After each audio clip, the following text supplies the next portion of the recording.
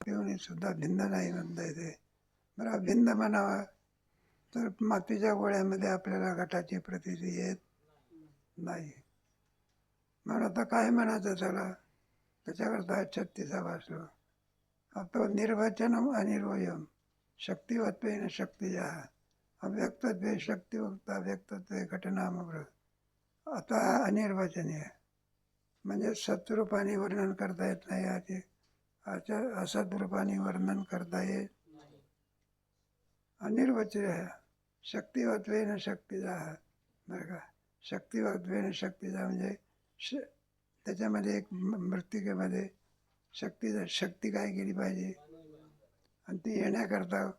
बरं का, मग तर अगोदर तुमच्या याला कुंभाराला नुसत्याच माती आणली तर दगड करता येतो का?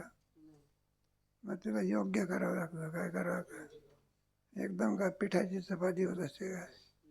मग तिला कणिक लावायची आणि कणकेचा वेळेचा चोरून चोरून काय करायचं. बरं का, त्याचं जसं असेल तसं आपले श्रीमंताच्याकडे कुठं पाण्यामध्ये पीठ भिजवत असतात का? मग कशामध्ये? तुपात भिजवत. आणि ते नरम जशीच्या तसेच जाते. जाऊ दे, दृष्टांत आपला. मग शक्ती काय केली पाहिजे? मानली पाहिजे. मग ते अव्यक्तत्वे शक्ती होतात. बरं का, आणि व्यक्तत्वे घटनामृत. जोपर्यंत घट काय होत नाही, व्यक्त होत नाही, अव्यक्त अवस्थेमध्ये असते, त्याला शक्ती म्हणायचं. व्यक्त झाल्यानंतर घट म्हणायचं. अव्यक्त आधी भूतानी व्यक्त म्हणजे अव्यक्त निधनान्य म्हणे. आपल्या वेदांत शास्त्रामध्ये नाश नाही बघा. मग काय लय आहे? काय आहे? झोपेमध्ये गेलो तर इंद्रियांचा नाश आहे का लय आहे? लय आहे. पुन्हा जागा झाला की आपल्या कामाला काय होते? म्हणून बीजामध्ये वृक्षामध्ये नाश त्याचं सांगितलं आहे. तात्पर्य आपण नाही का, जरी माणसाचा अंतःकरण झाला तर त्याचा नाश नाही झाला. या देहातून त्या देहातून त्या देहात. नाश कोणाचा आहे? फक्त शरीराचा. आणि आत्म्याचा तर प्रश्नच नाही. आत्म्याचा नाश करतो म्हटलं तरी जीवाचा मात्र नाश आहे. ब्रह्मज्ञान झालं की जीव संपला. शरीराचा प्रारब्धाने नाश होतो. कशाने? जीवाचा ब्रह्मज्ञानाने नाश होतो. आणि आत्म्याचा काय होत नाही? नाशच होत नाही. करतो म्हटलं तरी ऐक, त्याचा कुठं न जायते नंबरी येते. नैनम दाती पावका न चैनम क्लेदयंत्या पशु मारतात. त्याचा म्हणून अनिर्वचनीय झाला असं म्हणत असतात. कशा प्रकारे गारुड्याचा दृष्टांत देऊन सांगतात. ऐंदर्जालक निष्ठापे माया न विद्यते पुरा आणि पश्चात गंधर्व सेनादी रूपेण व्यक्तिमापनुयात. ऐंद्राजिक निष्ठापे माया न विद्यते पुरा. ऐंद्राजी गारुडी लोक असतात ना, त्याच्यामध्ये असते खापरकोटी. आणि त्या मंत्राच्या योगाने थोड्या वेळ दिसण्यापुरतं रुपया दिसतं, कायमचा नसतो, थोड्या वेळापुरता. स्वप्न जसं कायमचं असते का? थोड्या वेळापुरतं. जागा झाला की स्वप्न काय झालं तसं त्याच्यावर काही उपाय असते, मंत्र आहे, इंद्रियाजालिक जारण मारण उच्चाटन स्तंभन मोहन हे सगळं सांगितलेलं आहे वेदा.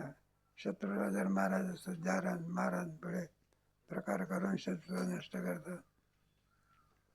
तो गारुडी काय दाखवतो?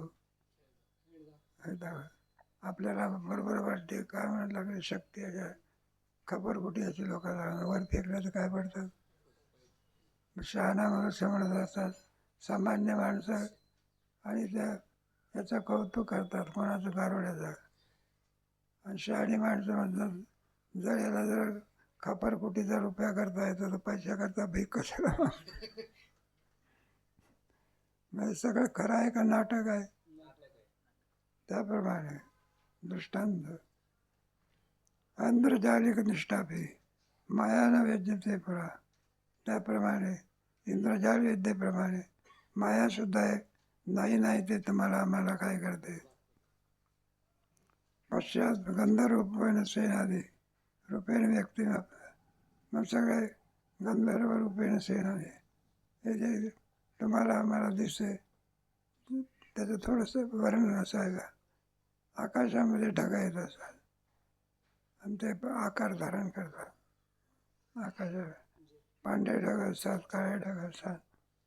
त्याला असं वाटत असते किल्लाच झाला का, कोणी कशाच्या आकाराचे का, खरोखरच असतात का दिसायला असतात फक्त.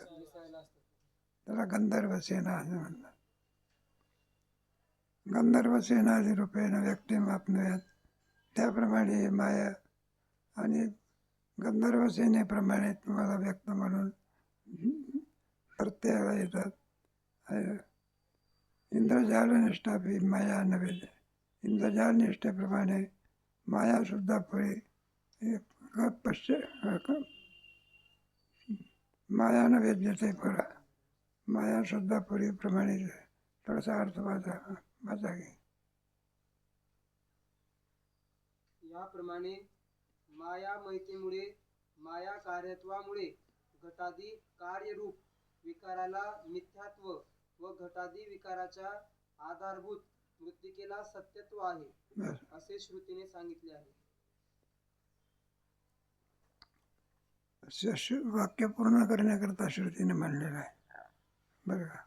व्यक्त होण्याच्या पूर्वी कार्य कसं आहे, अव्यक्त होण्याचं आहे. आणि पुढे व्यक्त झाल्यानंतर सत्यत्व सांगितले. सत्यत्व सांगितले.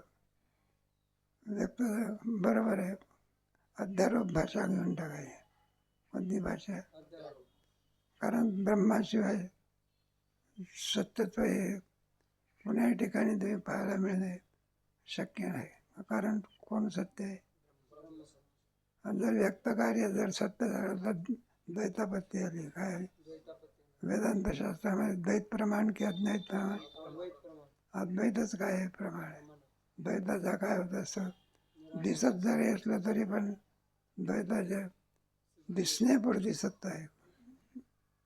प्रतिभाषिक सत्ता म्हणतात. कोणती, त्याला काहीतरी ज्या अर्थी दिसते त्या अर्थी त्याला थोडी तरी काय केली पाहिजे. मग खरोखरच सत्ता आहे का त्याला. मग खरोखर सत्ता कोणाची, ब्रह्माची. तुम्ही दृष्टांत वगैरे ऐकलेला आहे, पण सिद्धांताला चांगला अनुकूल आहे. बरं का. एखाद्या मानलेला मामा, कोणता मामा, तो खरंच मामा आहे का. मग कार्यापुरता काय केलेलं आहे. मग प्रतिभाची सत्य पडता दिसते ना, काय दिसते. मग त्याला दिसते ज्या अर्थी त्याला थोडी सत्ता काय केली पाहिजे, दिसण्यापुरती. खरी नाही. दिसण्यापुरती काय दिली, सत्ता दिलेली आहे. कारण काय होतं, ब्रह्मज्ञान त्याचा काय होतं. खरं तसं ब्रह्मज्ञानी आज नको बघा. दोरीवरच्या सर्पाला कशाला नाहीसा करण्याकरता दोरीच्या ज्ञानानेच काय होते. प्रतिभाषिक सुद्धा ब्रह्मज्ञाना वाचून बाद होते प्रतिभाषिक. ब्रह्मज्ञानाने बाद होते, व्यवहार बाधच होत नाही. 3 सत्ता वेदांतामध्ये काय केलेलं आहे. आणि आणखी एक सत्ता आहे जाऊ दे, त्याला नाममात्र सत्ता. वंद्यपुत्राला सत्ता कोणती आहे, फक्त तुमच्या तोंडात आहे. तो काय आहे, दाखवा म्हटलं तर एखादे अत्यंत आहे का. वंद्यपुत्र नावाचा कुठे का जन्माला आला का. आणि जर वंद्यपुत्र जन्माला असं त्याची आई वांज कशी. वंद्यपुत्राला वांज्याचा पुत्र समजला. इथे गंधर्व सेनादी रूपेण व्यक्ती महापुण्या. एवं मायामयत्वेन विकारस्य अनृतता. आणि विकाराधार मृत्यास्तु सत्यम ब्रवीतीची श्रुती. एवं मायामयत्वेन सर्व याचे यावत जे काही ब्रह्मांड दिसते अथवा जगत दिसते किम स्वरूप आहे, मायामय आहे. आता मृण्मय महेश शब्द म्हणून म्हणतात. घट कसा आहे? मृण्मय आहे. म्हणजे घट मृत्तिका रूप आहे. काय आहे? हा शब्द वापरतात ना. एखादा पूर आला म्हणजे म्हटलं सगळं गाव जलमय होऊन गेलं. काय गेलं म्हणजे सगळं पाणीच पाणी झालं. तसं हे सर्व मायामयत्वेन विकारास्य अन्वृत. मग संपूर्ण जगत हे मायामय असल्यामुळे विकारस्य अन्वृत. सगळा विकार अनृतता म्हणजे सत्य नसून काय नृत आणि अनृत. अनृत म्हणजे मिथ्या. मग संपूर्ण दिसणारे जे जग आहे हे मायामय आहे. वास्तविक हे सत्यम नसून कसं आहे ते जेवढं म्हणून मायेचं कार्य आहे ते कसं आहे? कार्य हे कारण रूप असते. कार्य जर जगत आहे आणि कारण कोण आहे? माया आहे. माया जर मिथ्या आहे तर जगत सत्य कसं आहे? कारण कार्य एकेन स्वरूप असते आणि कारणच मिथ्या आहे तर जगत हे सुद्धा काय? माया मिथ्या म्हणून जगत काय सत्य राहील का? ते सुद्धा कसं आहे? मग सत्य कोण आहे त्याच्यामध्ये? विकाराधार मृत्यूत्तम सत्यम ब्रवीत श्रुती. श्रुती सांगते विकाराधार. या विकाराला आधार अधिष्ठान चैतन्य कोण? एखादं चित्र काढलं असलं कपड्यावर ते चित्र पुसून टाकता येते. त्याला आधार कोण आहे? कापड आहे. मग चित्राच्या पुसण्यामध्ये कापड नसतं होते का? कापड जसंच्या आहे काय? जरी घट फुटला तरी माती जशीच्या. कारण घटाला आधार कोण आहे? माती. मग जगताला आधार कोण आहे? चैतन्य. मग चैतन्य मात्र सत्य असून बाकीचं सगळं कसं आहे? मिथ्या आहे. वांग मात्र नाही. वांग निष्पाद्यम नाम मात्र विकारा नाश सत्यता स्पर्शादी गुणयुक्ता तो सत्या केवळ मृतिका. घट आणि घटामध्ये असलेली मृतिका नाम आणि रूप यांचं दोहोचं स्वरूप कसं आहे ते 39व्या श्लोकामध्ये सांगणार. तेव्हा आलेला विकार ज्याला म्हणत असतात कुंभक्रियेने मातीच्या ठिकाणी आलेला व्यवहार ना वांग फक्त वाणीने व्यवहार होतो. काय होतं? वाणीने काय होतं? एखाद्या मला सांगितलं मला घट घेऊन ये, मग तो काय घेऊन येतो? सो नाही माती घेऊन यायचा नाही. काय घेऊन ये? काय घेऊन आला? बाप म्हणाला मूर्ख आहे का? तुला सांगितलं घट घेऊन ये. तो काय घेऊन आला? म्हणा महाराज घटामध्ये मातीशिवाय काय फुटला तरी आणि तत्पूर्वी काय होते? माती. मग मी घट आणला म्हणजेच काय आणली? मातीशिवाय काय? चाणाक्ष पोरगा होता. म्हणून वाणी फक्त वाणीने व्यवहार करायचा. घट आण म्हटलं तरी मातीचा आणतो, घट नाही म्हटलं तरी. पण कुंभार क्रियेमुळे नाम आणि रूप वाणीचा काय होतं? मातीला माती म्हणतो आणि घटाला आकाराला आल्या मातीला काय म्हणतो? नाम मात्र व्यवहार. वांग निष्पादम नाम मात्र विकारो नास्य. जे नाम आणि रूप आहे ते सत्य नसून कसं आहे? मिथ्या आहे. विकारो नास्य सत्यता. विकाराला आणखी नामरूपाला ते बदलणार आहे. ते आता जरी दिसत असलं तरी त्याच्यामध्ये स्थित्यंतर होतच आहे. सत्यता आणि स्पर्शादी गुणयुक्ता तो सत्य केवळ मृतिका. स्पर्श रूप रसगंध वगैरे या गुणाने युक्त असलेली घटामध्ये असलेली माती मात्र काय आहे? आणि बाकीचा आकार काय आहे? एखादी कणकेचा गोळा असो नाही का, त्याचे आकार ते कणिकाची हातात धरली असं मोठं मारली तो गोळा झाला. चपाती करायच्या वेळेला काय झाला? बदल झाला की नाही? जोपर्यंत आणखी ते तव्यावर ठेवली नाही तोपर्यंत काय म्हणायचं असते? ते कणिक गोल करून तव्यावर जोपर्यंत ठेवली नाही तोपर्यंत काय म्हणतात?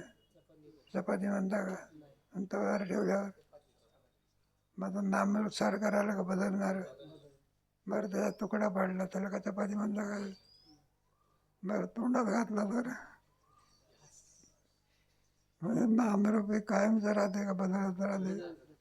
जे बदलत असते त्याला मिथ्या म्हणायचं, आणि जे कधी बदलत नाही त्याला काय म्हणायचं? सत्य म्हणायचं. आपण सत्य. भगवंताचं नाम कधी बदलते का? मग नाम का सत्य तो का लागेल? भगवंताचं नाम कसं आहे? सत्य आहे. आणखी पुन्हा क्रमाक्रमाने अद्वैतानंद प्रकरण आहे ना, अद्वैताची सिद्धी करून दाखवायची आहे ना, त्याच्याकरता द्वैताचा निराश करायचा. आणखी पुन्हा विद्यारण्यांनी बरंच ह्याच्यामध्ये घातलेलं आहे, त्याचा विचार कधी करू.